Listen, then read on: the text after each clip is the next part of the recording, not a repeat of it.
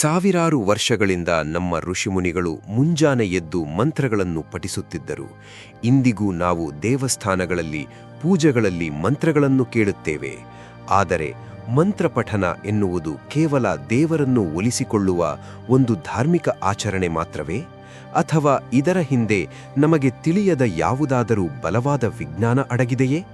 ವಿಜ್ಞಾನ ಮತ್ತು ತಂತ್ರಜ್ಞಾನ ಎಷ್ಟೇ ಮುಂದುವರೆದಿದ್ದರೂ ಇಂದಿನ ಆಧುನಿಕ ನರವಿಜ್ಞಾನ ನ್ಯೂಮೋಸೈನ್ಸ್ ಪ್ರಾಚೀನ ಮಂತ್ರಗಳ ಶಕ್ತಿಯನ್ನು ಕಂಡು ದಂಗಾಗಿದೆ.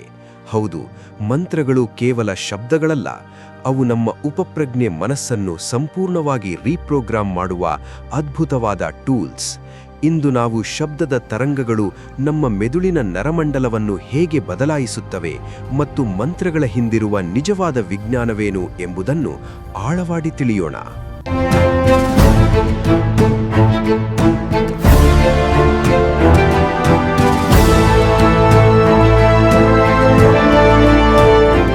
ಮಂತ್ರಗಳು ನಮ್ಮ ಮೆದುಳಿನ ಮೇಲೆ ಹೇಗೆ ಕೆಲಸ ಮಾಡುತ್ತವೆ ಎಂದು ತಿಳಿಯುವ ಮುನ್ನ ನಾವು ನ್ಯೂರೋಪ್ಲಾಸ್ಟಿಸಿಟಿ ಎಂಬ ವೈಜ್ಞಾನಿಕ ಪದವನ್ನು ಅರ್ಥ ಮಾಡಿಕೊಳ್ಳಬೇಕು. ನಮ್ಮ ಮೆದುಳು ಒಂದು ಕಲ್ಲಿನಂತಲ್ಲ, ಅದು ಮಣ್ಣಿನಂತೆ.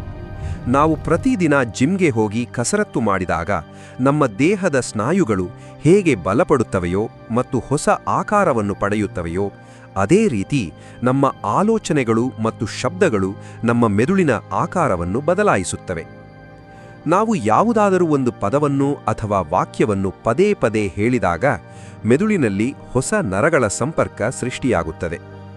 ನಾವು ಪ್ರತಿದಿನ ಓಂಕಾರವನ್ನು ಅಥವಾ ಯಾವುದಾದರೂ ಸಂಸ್ಕೃತ ಮಂತ್ರವನ್ನು ನಿರ್ದಿಷ್ಟ ಲಯದಲ್ಲಿ ಜಪಿಸುವಾಗ ಅದು ನಮ್ಮ ಮೆದುಳಿಗೆ ಒಂದು ಅದ್ಭುತವಾದ ವ್ಯಾಯಾಮವಾಗಿ ಪರಿಣಮಿಸುತ್ತದೆ. ನಮ್ಮ ದಿನನಿತ್ಯದ ಒತ್ತಡದ ಬದುಕಿನಲ್ಲಿ ನಮ್ಮ ಮೆದುಳು ಬೀಟಾ ತರಂಗಗಳಲ್ಲಿ ಕೆಲಸ ಮಾಡುತ್ತಿರುತ್ತದೆ, ಅಂದರೆ ಸದಾ ಆತಂಕ, ಗಡಿಬಿಡಿ ಮತ್ತು ಯೋಚನೆಗಳು. ಆದರೆ ನೀವು ಕಣ್ಣು ಮುಚ್ಚಿ ಮಂತ್ರವನ್ನು ಪಠಿಸಲು ಶುರು ಮಾಡಿದ ಕೆಲವೇ ನಿಮಿಷಗಳಲ್ಲಿ ನಿಮ್ಮ ಮೆದುಳಿನ ತರಂಗಗಳು ನಿಧಾನಗೊಂಡು ಆಲ್ಫಾ ಮತ್ತು ಥೀಟಾ ಹಂತಕ್ಕೆ ತಲುಪುತ್ತವೆ. ಥೀಟಾ ಹಂತವೇ ನಮ್ಮ ಉಪಪ್ರಜ್ಞೆ ಮನಸ್ಸಿನ ಬಾಗಿಲು. ಈ ಹಂತದಲ್ಲಿ ನೀವು ಮಾಡುವ ಮಂತ್ರದ ಕಂಪನಗಳು ನೇರವಾಗಿ ನಿಮ್ಮ ಉಪಪ್ರಜ್ಞೆಯನ್ನು ಪ್ರವೇಶಿಸಿ ಹಳೆಯ ಕೆಟ್ಟ ಯೋಚನೆಗಳನ್ನು ಅಳಿಸಿ ಹೊಸ ಸಕಾರಾತ್ಮಕ ಶಕ್ತಿಯನ್ನು ತುಂಬುತ್ತವೆ. ನಿಮಗೆ ಗೊತ್ತಾ, ಸಂಸ್ಕೃತದ ಮಂತ್ರಗಳನ್ನು ಉಚ್ಚರಿಸುವಾಗ ನಮ್ಮ ನಾಲಿಗೆ ಬಾಯಿಯ ಮೇಲ್ಭಾಗಕ್ಕೆ, ಅಂದರೆ ತಾಳುಭಾಗಕ್ಕೆ ಪದೇ ಪದೇ ತಾಕ್ತದೆ. ಇದು ಕೇವಲ ಕಾಕತಾಳೀಯವಲ್ಲ. ನಮ್ಮ ಬಾಯಿಯ ಮೇಲ್ಭಾಗದಲ್ಲಿ 84 ಆಕ್ಯುಪ್ರೆಷರ್ ಬಿಂದುಗಳಿವೆ. ಮಂತ್ರವನ್ನು ಹೇಳುವಾಗ ನಾಲಿಗೆ ಆ ಬಿಂದುಗಳನ್ನು ಒತ್ತಿದಾಗ ಅದು ನೇರವಾಗಿ ನಮ್ಮ ಮೆದುಳಿನ ಹೈಪೋಥಲಾಮಸ್ ಗ್ರಂಥಿಯನ್ನು ಉದ್ದೀಪನಗೊಳಿಸುತ್ತದೆ. ಇದಕ್ಕಿಂತಲೂ ರೋಚಕವಾದ ವಿಷಯವೆಂದರೆ ವೇಗಸ್ ನರ. ಇದು ನಮ್ಮ ಮೆದುಳಿನಿಂದ ಶುರುವಾಗಿ ಹೃದಯ, ಶ್ವಾಸಕೋಶ ಮತ್ತು ಹೊಟ್ಟೆಯ ಭಾಗದವರೆಗೂ ಹರಡಿರುವ ಅತ್ಯಂತ ಉದ್ದವಾದ ನರ. ಮಂತ್ರಗಳನ್ನು, ವಿಶೇಷವಾಗಿ ಓಂನಂತಹ ಬೀಜ ಮಂತ್ರಗಳನ್ನು ನಾವು ಉಸಿರೆಳೆದುಕೊಂಡು ದೀರ್ಘವಾಗಿ ಪಠಿಸುವಾಗ ಆ ಶಬ್ದದ ಕಂಪನಗಳು ನಮ್ಮ ಗಂಟಲಿನಲ್ಲಿರುವ ವೇಗಸ್ ನರವನ್ನು ಎಚ್ಚರಿಸುತ್ತವೆ. ವೇಗಸ್ ನರ ಆಕ್ಟಿವ್ ಆದ ತಕ್ಷಣ ಅದು ನಮ್ಮ ದೇಹದ ಪ್ಯಾರಾಸಿಂಪಥೆಟಿಕ್ ನರ್ವಸ್ ಸಿಸ್ಟಮ್ಗೆ ಎಲ್ಲವೂ ಸುರಕ್ಷಿತವಾಗಿದೆ, ರಿಲ್ಯಾಕ್ಸ್ ಆಗು ಎಂಬ ಸಂದೇಶವನ್ನು ಕಳುಹಿಸುತ್ತದೆ. ತಕ್ಷಣವೇ ನಿಮ್ಮ ಹೃದಯ ಬಡಿತ ನಿಧಾನವಾಗುತ್ತದೆ, ರಕ್ತದೊತ್ತಡ ಕಡಿಮೆಯಾಗುತ್ತದೆ ಮತ್ತು ನಿಮ್ಮ ಉಪಪ್ರಜ್ಞಾ ಮನಸ್ಸಿನಲ್ಲಿ ಅಡಗಿದ್ದ ಭಯ ಮತ್ತು ಆತಂಕಗಳು ಕರಗಿ ಹೋಗುತ್ತವೆ. ಕೇವಲ 15 ನಿಮಿಷಗಳ ಮಂತ್ರಪಠಣವು ಗಂಟೆಗಳ ಕಾಲ ಧ್ಯಾನ ಮಾಡಿದಷ್ಟೇ ಶಾಂತಿಯನ್ನು ನೀಡಿದೆ ಎಂದು ವಿಜ್ಞಾನ ಸಾಬೀತುಪಡಿಸಿದೆ.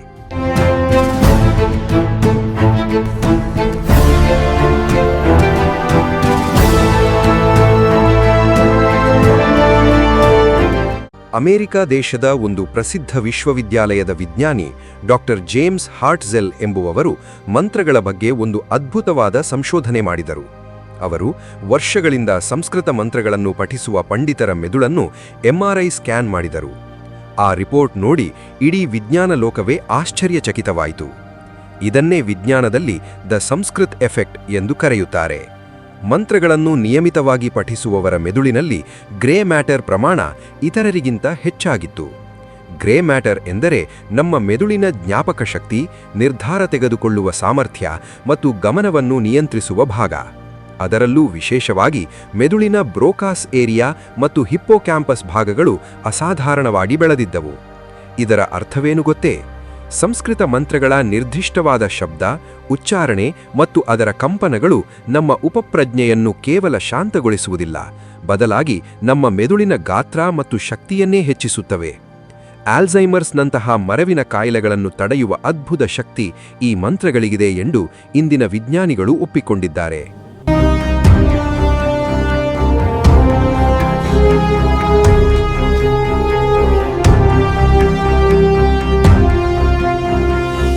ನಮ್ಮ ಪ್ರಾಚೀನ ಗ್ರಂಥಗಳಲ್ಲಿ ಒಂದು ಮಾತಿದೆ, ಶಬ್ದಬ್ರಹ್ಮ. ಅಂದರೆ ಈ ಇಡೀ ಬ್ರಹ್ಮಾಂಡವೇ ಒಂದು ಶಬ್ದ ಅಥವಾ ಕಂಪನದಿಂದ ಸೃಷ್ಟಿಯಾಗಿದೆ. ನಮ್ಮ ಉಪಪ್ರಜ್ಞಾ ಮನಸ್ಸು ಅಂದರೆ ಸಬ್ಕಾನ್ಷಿಯಸ್ ಮೈಂಡ್ ಕೂಡ ಅದೇ ಕಂಪನಗಳ ಭಾಷೆಯನ್ನು ಮಾತ್ರ ಅರ್ಥ ಮಾಡಿಕೊಳ್ಳುತ್ತದೆ. ಯಾವುದೇ ಧರ್ಮವಿರಲಿ, ಯಾವುದೇ ಭಾಷೆ ಇರಲಿ, ನಿರ್ದಿಷ್ಟವಾದ, ಲಯಬದ್ಧವಾದ ಮತ್ತು ಸಕಾರಾತ್ಮಕವಾದ ಮಂತ್ರಗಳನ್ನು ಪ್ರತಿದಿನ ಪಠಿಸುವುದರಿಂದ ನಮ್ಮೊಳಗಿನ ಹಳೆಯ ನಕಾರಾತ್ಮಕ ಯೋಚನೆಗಳು ಅಳಿಸಿ ಹೋಗುತ್ತವೆ. ನಮ್ಮ ಮೆದುಳು ಹೊಸದಾಗಿ ಹೆಚ್ಚು ಶಕ್ತಿಶಾಲಿಯಾಗಿ ಕೆಲಸ ಮಾಡಲು ಶುರು ಮಾಡುತ್ತದೆ. ಇದು ಕೇವಲ ನಂಬಿಕೆಯಲ್ಲ, ಇದು ಪ್ರಕೃತಿ ಮತ್ತು ನಮ್ಮ ದೇಹದ ನಡುವಿನ ವೈಜ್ಞಾನಿಕ ಸಂಪರ್ಕ. ಇಂದಿನಿಂದಲೇ ದಿನದಲ್ಲಿ ಕೇವಲ 10 ನಿಮಿಷಗಳ ಕಾಲ ಕಣ್ಣು ಮುಚ್ಚಿ ಶಾಂತವಾಗಿ ಕುಳಿತು ನಿಮ್ಮ ನೆಚ್ಚಿನ ಮಂತ್ರವನ್ನು ಅಥವಾ ಕೇವಲ ಓಂಕಾರವನ್ನು ಜಪಿಸಲು ಶುರು ಮಾಡಿ. ನಿಮ್ಮ ಉಪಪ್ರಜ್ಞೆಯಲ್ಲಿ, ನಿಮ್ಮ ಜೀವನದಲ್ಲಿ ಆಗುವ ಆ ಅದ್ಭುತ ಬದಲಾವಣೆಯನ್ನು ನೀವೇ ಗಮನಿಸಿ. ನಿಮಗೆ ಈ ಮಾಹಿತಿಯುಕ್ತ ವಿಡಿಯೋ ಇಷ್ಟವಾಗಿದ್ದರೆ ಲೈಕ್ ಮಾಡಿ ಮತ್ತು ಈ ವೈಜ್ಞಾನಿಕ ಸತ್ಯವನ್ನು ನಿಮ್ಮ ಸ್ನೇಹಿತರೊಂದಿಗೆ ಹಂಚಿಕೊಳ್ಳಿ. ಇಂತಹ ಇನ್ನಷ್ಟು ಆಸಕ್ತಿದಾಯಕ ಮತ್ತು ಜ್ಞಾನವರ್ಧಕ ಕಥೆಗಳಿಗಾಗಿ ಚಾನೆಲ್ಗೆ ಸಬ್ಸ್ಕ್ರೈಬ್ ಆಗಲು ಮರೆಯದಿರಿ. ಧನ್ಯವಾದಗಳು.